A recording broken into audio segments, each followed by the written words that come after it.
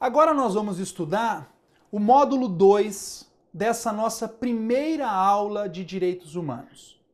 Esse módulo 2 intitula-se Responsabilidade Internacional dos Estados e Direitos Humanos.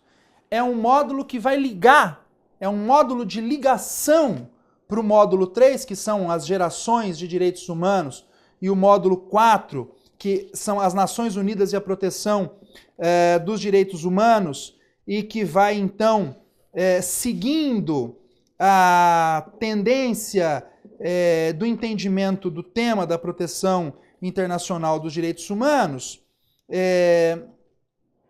Esse tema é um tema que vai te ajudar a entender o que tem a ver o Instituto da Responsabilidade Internacional com o tema da proteção internacional de direitos humanos, que na verdade é tudo, né?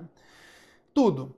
Como nós vamos estudar nos próximos módulos as gerações, as Nações Unidas, a Declaração Universal, os Pactos de 66 nas próximas aulas, toda a arquitetura internacional de proteção de direitos humanos, nós temos que estudar agora, nesse segundo módulo da aula 1, como se responsabiliza o Estado desde já, com base nesses instrumentos que nós vamos estudar.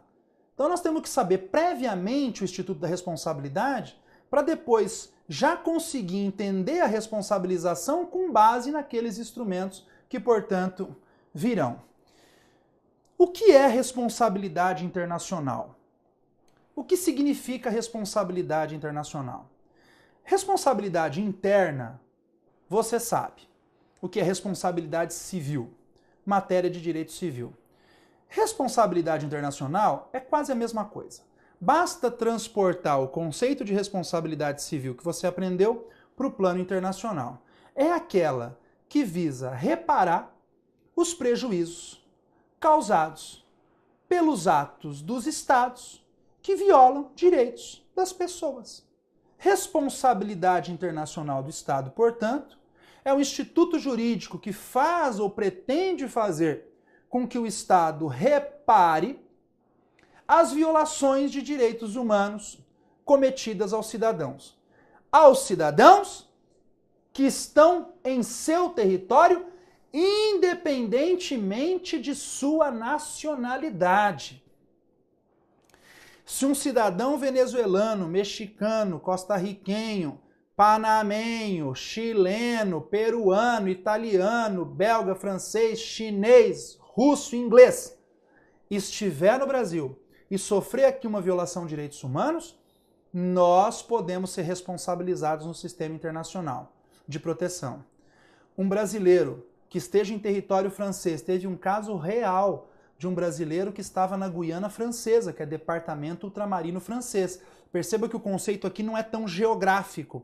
Geograficamente, a Guiana Francesa está na América do Sul, mas não pertence à Unasul, são 13 países da América do Sul, tira um, ficam 12 da Unasul, portanto, que um a menos, porque é um território ultramarino francês.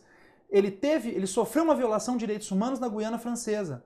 Onde ele foi reclamar? Na Corte Interamericana de Direitos Humanos? A Corte Interamericana, porque ele está dentro do continente americano e emitiu uma ordem contra a França, que ele não tem jurisdição sobre ela? Não, ele foi à Corte Europeia de Direitos Humanos, em Estrasburgo, e teve uma sentença favorável a ele, porque é uma violação cometida na França contra ele.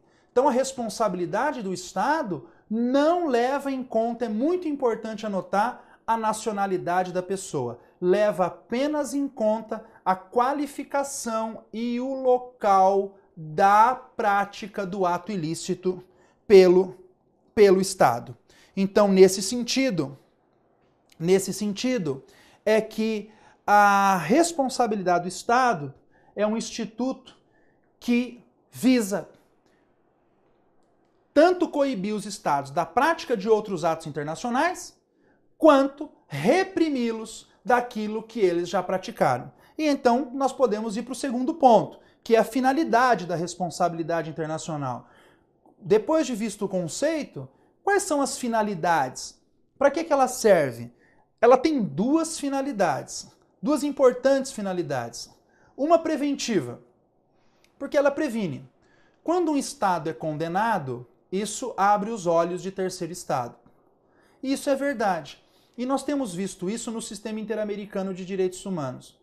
Quando a Corte Interamericana condena um Estado, ela já está dizendo para todos os outros Estados, preventivamente, olha, vocês fiquem espertos, porque qualquer causa idêntica que vocês venham cometer, a sua responsabilidade já vai ser julgada por mim da mesma maneira. Então previnam-se. A finalidade, portanto, aqui é preventiva.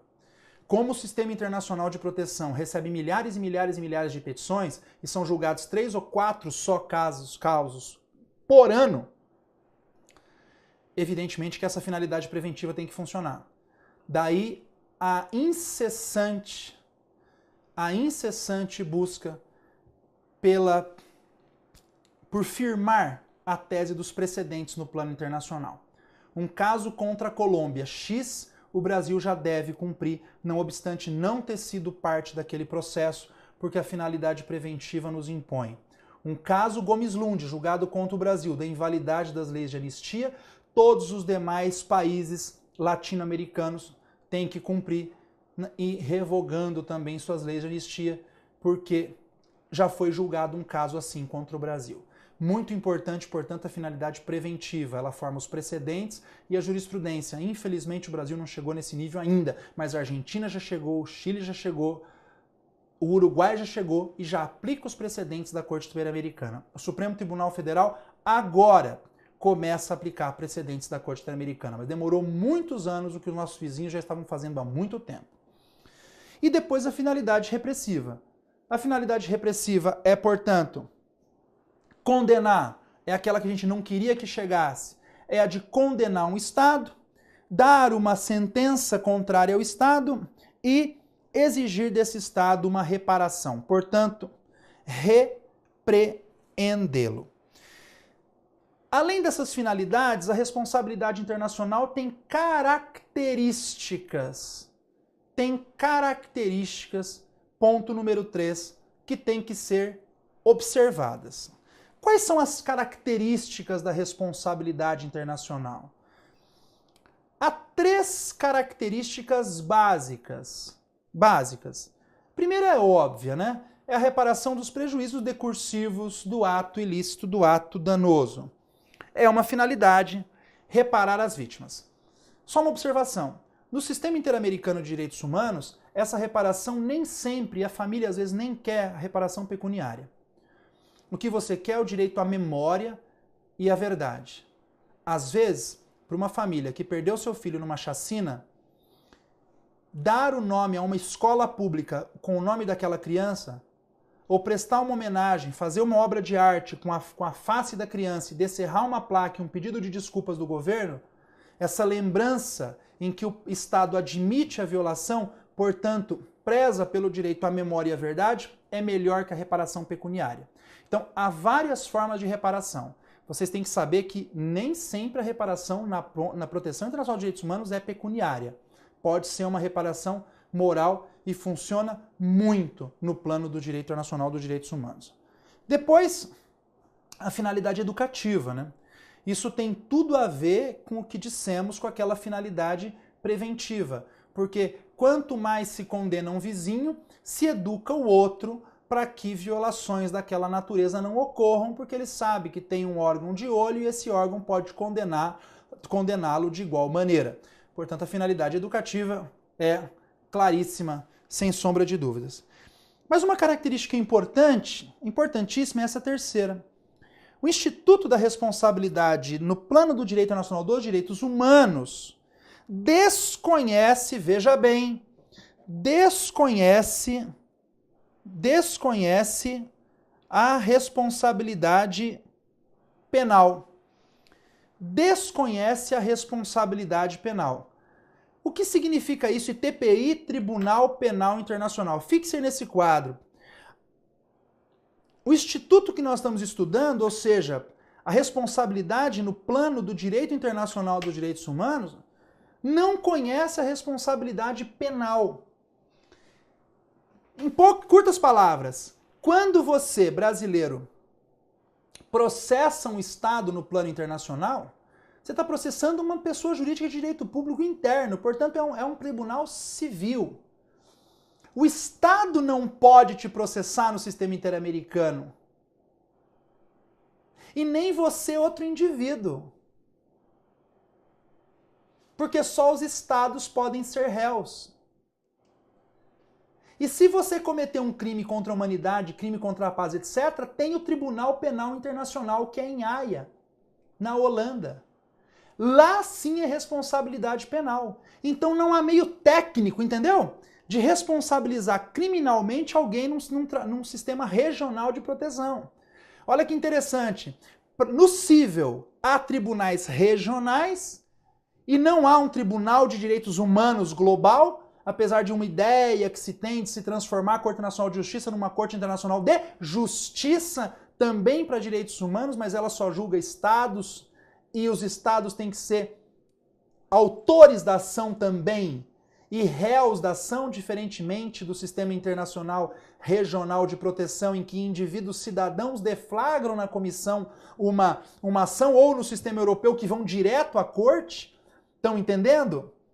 E tribunal penal só tem um que é global. Então, tribunais cíveis há no plano regional e não no plano global, e tribunal penal só há no plano global e não há nos planos regionais.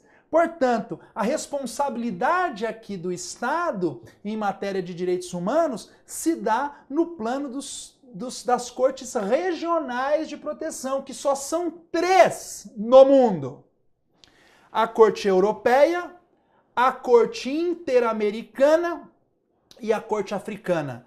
Corte Europeia da década de 50, Sistema Interamericano 69, a Convenção Americana, e 86 o Sistema Africano, mas só em 2000 e pouco é que ele realmente começou a funcionar. Então, cuidado. Uma vez saiu uma matéria, eu até contestei isso no jornal, eles publicaram a minha resposta, num grande jornal de circulação do estado de São Paulo. Essa é uma matéria que a Corte Interamericana estava revendo as penas do mensalão. Eu falei, o que é isso? Quem que colocou? Quem é o jurista que colocou isso no jornal? Que pena!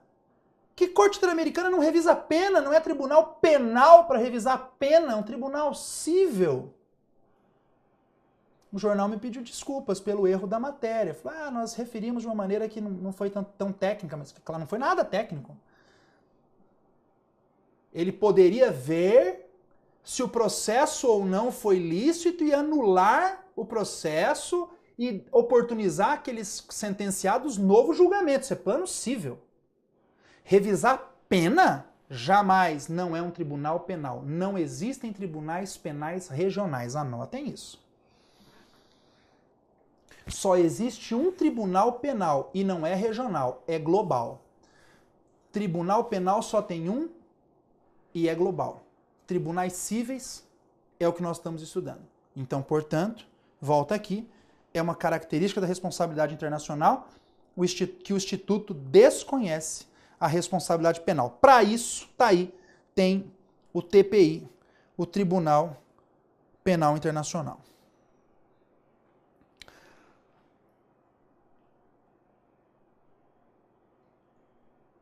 Quais são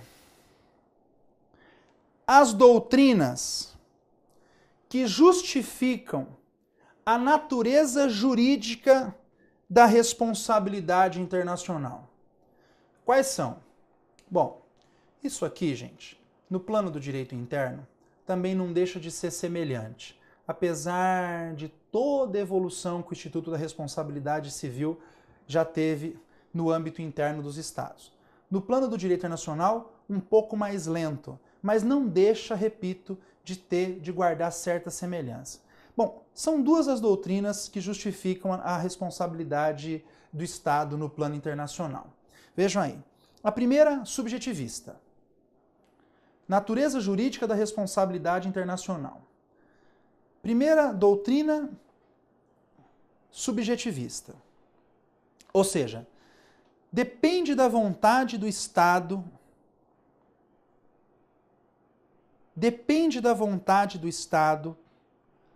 a prática do ato.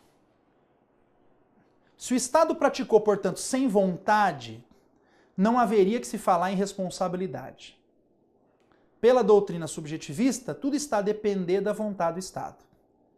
Ah, mas eu não quis praticar o ato, então não é responsável. Não quis, não é responsável.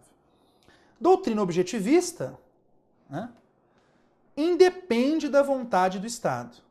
O Estado, tendo querido ou não tendo querido praticar aquele ato, ele vai ser responsável. É a famosa doutrina da responsabilidade objetiva. Como está isso hoje no plano do direito internacional? Muito complicado.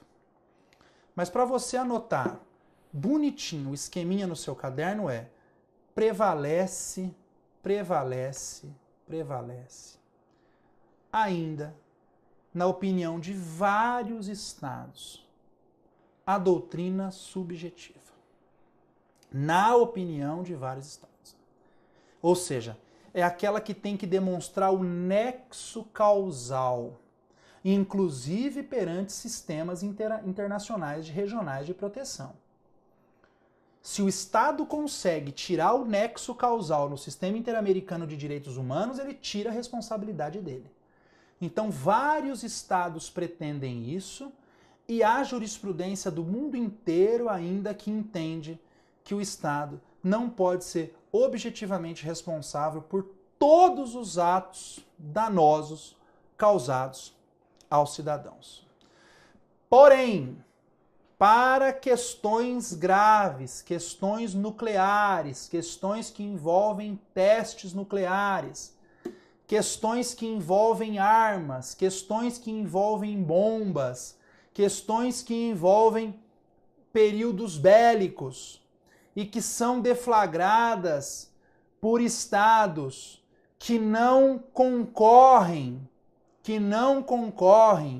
para a finalização do ato, mas concorrem na gênese, na deflagração daquele tipo de ato, quando autoriza o funcionamento de determinada usina, quando autoriza que no seu território se pratiquem testes, quando cede parte do seu território para grupo beligerante para praticar testes ou para praticar atentados ou terrorismo, etc., aí o direito internacional público, stricto sensu, começa a responsabilizá-los objetivamente, porque aí passa um pouco dos limites da tolerância que a sociedade internacional tem de aceitar que esses atos sejam impunes pelo Estado, tendo em vista que foi praticado por um grupo beligerante de pessoas que você não acha que estão dispersos, mas que usaram com autorização o território daquele determinado Estado. Então, nesse sentido é que a responsabilidade, a doutrina objetivista está cada vez mais em voga. Mas ainda, nos tribunais regionais,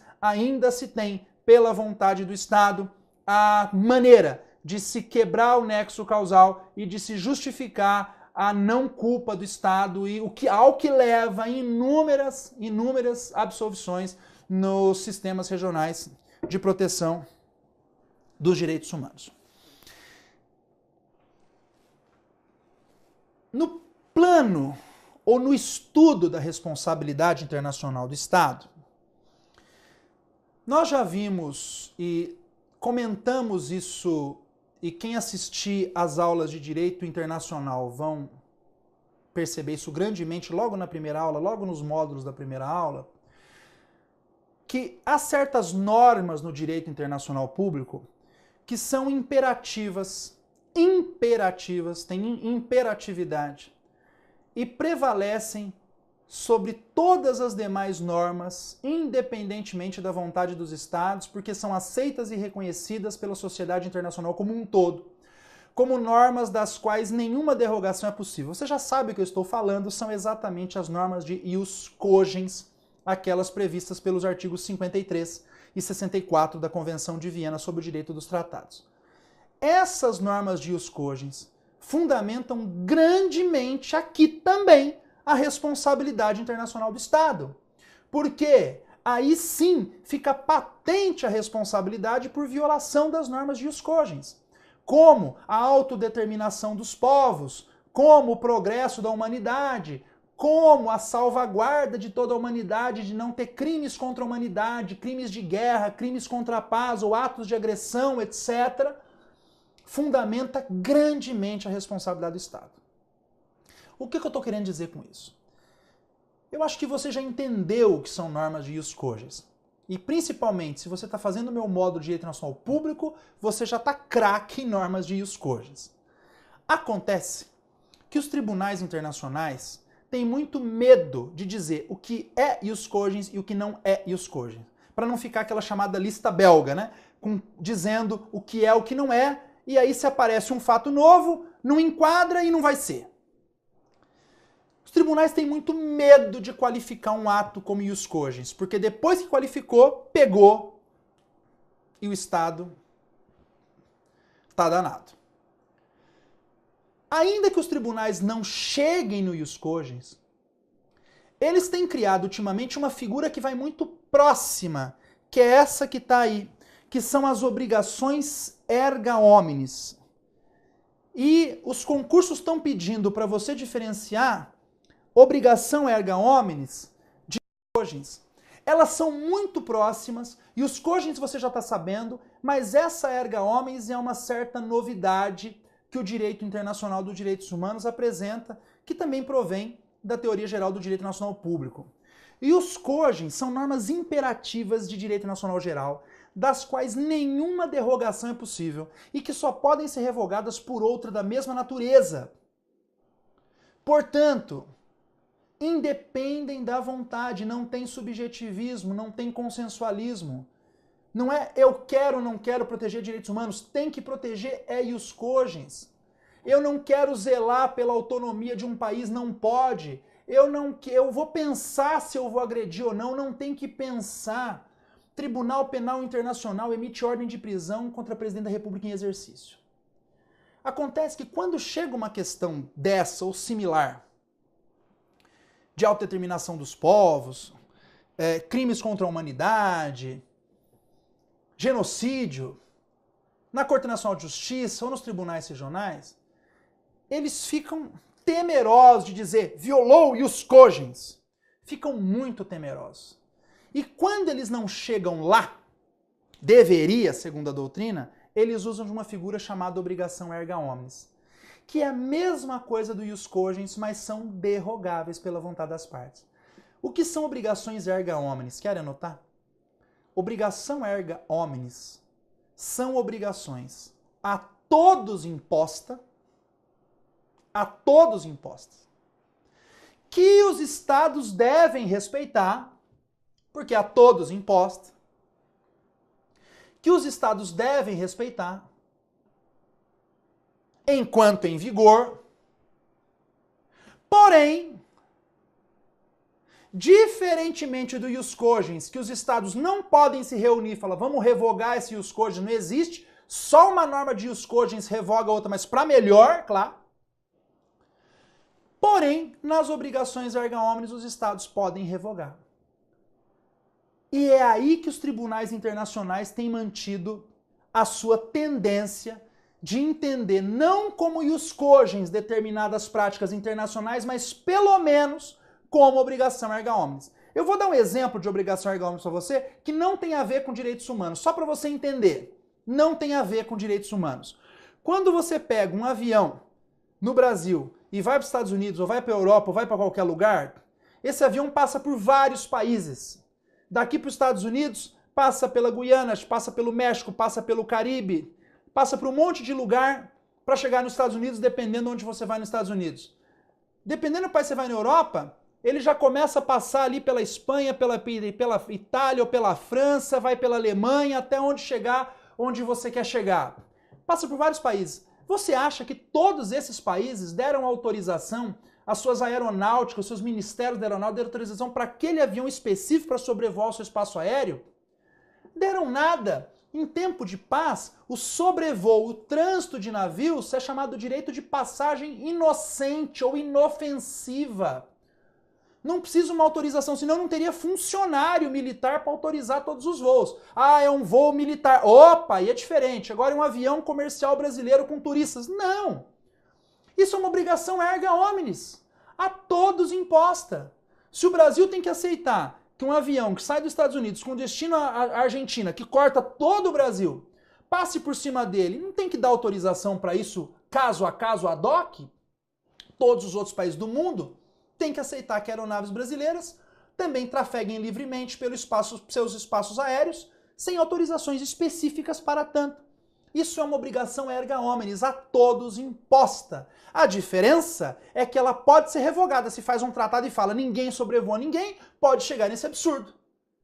O ius cogens não poderia chegar nesse absurdo. Então gravaram bem a diferença? Ius cogens e erga omnes, os dois são obrigações a todos imposta. Eles têm essa característica em comum. A diferença é que o ius cogens é a obrigação a todos imposta e inderrogável. Obrigação erga omnes, obrigação a todos imposta, derrogável pela vontade das partes. Portanto, quando você vê um julgamento falando de violação de direitos das pessoas, violação de direitos humanos, de condenação do Estado por responsabilidade internacional, se o tribunal não teve a coragem de falar que aquilo violou ius cogens, pelo menos ele vai falar que violou uma obrigação erga omnes internacional. Exemplo para terminar esse ponto. Não se tem certeza científica ainda de que a violação ao meio ambiente, as normas ambientais internacionais, violam o ius cogens. Eu orientei uma dissertação de mestrado na Universidade Federal de Mato Grosso, em que o meu mestrando, que também é professor, defendeu uma dissertação belíssima, publicada em livro, dizendo que o meio ambiente é sim o ius cogens internacional. Respeito. Fiz até o prefácio do livro dele, dizendo, olha, apesar da minha discordância pessoal, eu acho que não chegou nisso ainda, é um trabalho que merece toda a leitura e merece todo o crédito pela pesquisa que foi feita. Ele avançou lá para frente. Não é o entendimento ainda.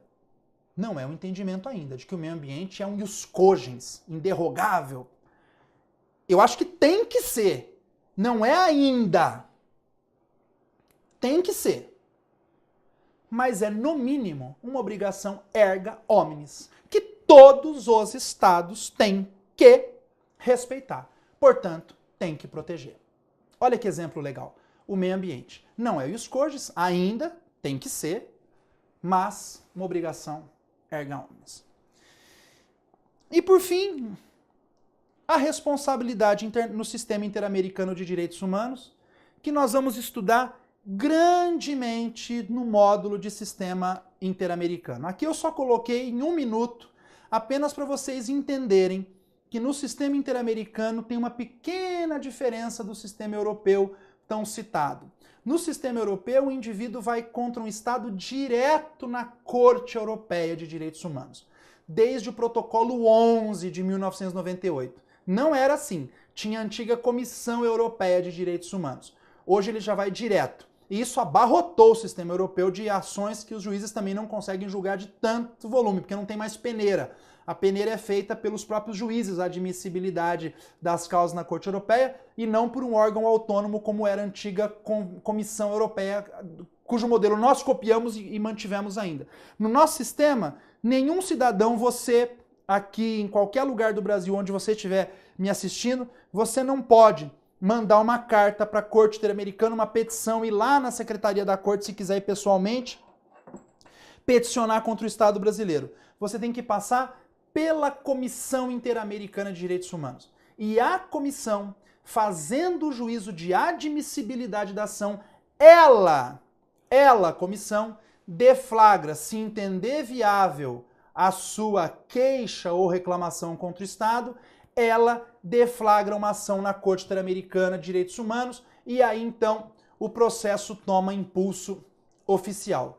E se condenado o Estado brasileiro, ele é responsabilizado no plano interamericano. Então, a responsabilidade, veja aí, no sistema interamericano de direitos humanos, ela divide 2 órgãos. Ela só vai existir, essa responsabilidade só vai, ao final, ter existência se a Comissão Interamericana de Direitos Humanos, no caso de queixas de indivíduos, deflagrar uma ação na Corte Interamericana. Portanto, é um sistema que tem 2 órgãos de proteção, e impede ainda o indivíduo de estar no ius standi, de estar dentro do tribunal. Ele está no locus standi, ele está no sistema. Mas a responsabilidade do Estado do sistema interamericano não é direta, portanto. O indivíduo não pode peticionar, eu acho que deveria. Isso tem que ter uma emenda à Convenção Americana, tem que ter um tratado de emenda, tem que ter um acordo, que é praticamente impossível no contexto hoje. Tratados podem ser mudados, podem ser emendados, não tem nenhum problema nisso. Mas não é o nosso sistema. O nosso sistema, para responsabilizar um Estado, nós cidadãos, o Estado pode ir diretamente contra outro à corte. Nunca houve exemplo prático, tecnicamente a Convenção permite. As pessoas físicas, que é quem mais sofre violação de direitos humanos, podem responsabilizar o Estado via comissão, que faz o papel de substituta processual, garantindo em nome próprio direito de terceiro. Esse é o tema, portanto, desse segundo módulo da responsabilidade internacional do Estado, ligada, portanto, com os direitos humanos, que vai te permitir entender todo o nosso curso de direitos humanos daqui para frente.